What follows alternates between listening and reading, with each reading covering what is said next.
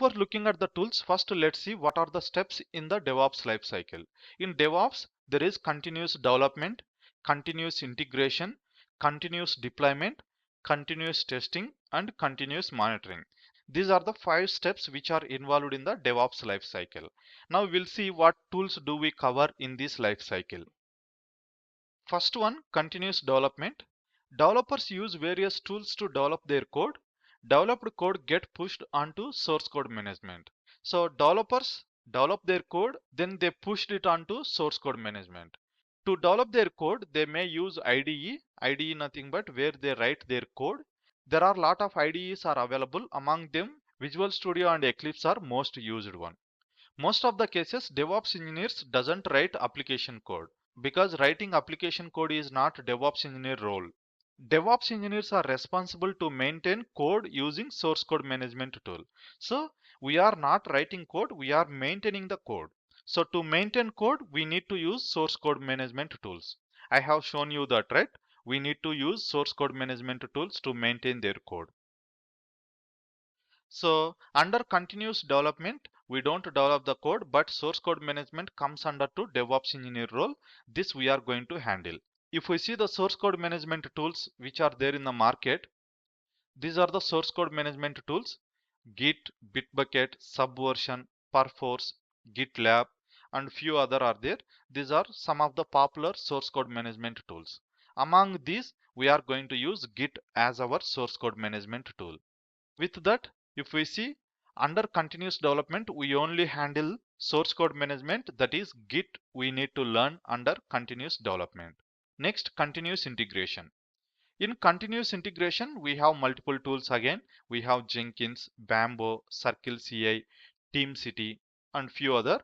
Among these, we are going to use Jenkins as our continuous integration tool. So if we see in continuous integration, we use Jenkins. But it is a continuous integration tool. Here we are going to integrate multiple tools. If we see what and all tools we are going to integrate with the continuous integration, that is unit testing tools like JUnit, NUnit. These all are plugins. You can understand plugins later point of time. Next, code build, Maven, Ant, Gradle. Code analysis, Vera Code, SonarQube. Code artifacts. Artifacts nothing but once code is compiled, some output comes. That output we call it as a artifacts. To store those artifacts, we use code artifacts. Those are Nexus and Artifactory. We don't store artifacts on source code management tool, nothing but Git or Bitbucket. On these we don't store. We need to use artifact repositories for those. You are going to understand more details about this in the later sessions. So if we see for code analysis, we are going to use SonarQube, code build Maven, and artifact repository JFrog Artifactory. These tools we are covering in this course. So under continuous integration, apart from Jenkins, we are going to see unit test as JUnit, build tool Maven, code analysis SonarQube, build artifacts. We are going to use JFrog Artifactory as well as Docker Hub. Because we are dealing with containers, for that we need Docker Hub. Then continuous deployment.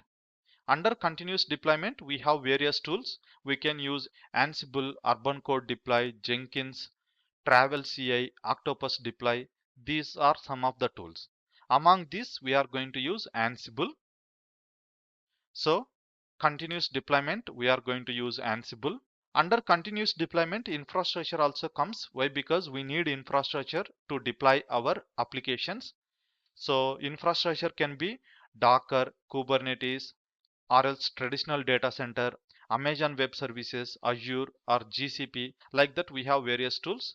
Among these, we are going to use Amazon Web Services and Kubernetes. But teaching Amazon Web Services is not scope of this training, but we are going to deploy on this one. Later point of time, we are going to use Docker and Kubernetes. So here infrastructure, we are going to use AWS, Docker, and Kubernetes. Under continuous deployment, apart from infrastructure, we also need to maintain configuration management tools. Configuration management tools helps us to provision these resources or maintain these appropriately. So if we see the configuration management tools, Ansible, Chef, SaltStack, Puppet, these are the tools which are there under configuration management tools. Among these, again we are using Ansible. Then continuous testing. Here most of the cases testing is done by separate team. So even though it is part of DevOps flow, we don't maintain the testing because again it is huge. So if we see the continuous testing, Selenium, Apache JMeter, Tricense, so these are the continuous testing tools. So we are not dealing with this continuous testing tools. So we can skip it. Then continuous monitoring. Under monitoring, we have Nagios, JobX, Prometheus. Among these, we are going to choose Prometheus. So under continuous monitoring, we are going to deal with the Prometheus. So these are the tools we are going to cover in our training. So source code management, Git, continuous integration, Jenkins, unit test, JUnit, build tool, Maven, code analysis, SonarCube, build artifacts, JFrog Artifactory and Docker Hub, continuous deployment, Ansible, infrastructure. We are going to deal with AWS, Docker and Kubernetes, but in AWS we just deal with EC2 service. Apart from that, nothing. Configuration management, Ansible. Then continuous testing, we don't deal with anything. Then continuous monitoring, Prometheus. These are the list of the tools. Don't get scared by looking at these tools. These all are quite easy to learn. I'm going to show you with examples so you can able to correlate with the real-time work so that you don't feel like you are learning a new tool. It will be like a process. At last, if we see our first diagram, this is what we have seen, right? Development system and server. Next, it involves these steps. We need a source code management tool, compilation tool, integration tool, deployment tool, infrastructure, and monitoring. Here, source code management, Git, compilation tool, Maven, integration tool, Jenkins, deployment tool, Ansible, infrastructure, AWS, Docker, and Kubernetes. I just kept Kubernetes. Then monitoring, Prometheus. This is how we can choose tools. And I have chosen these tools depends upon the market share because most of the industries are using these tools. That's why I have chosen. So it will add benefit for you if you learn these tools. Alright, that's all for this lecture. From next video, we are going to see our source code management tool called Git.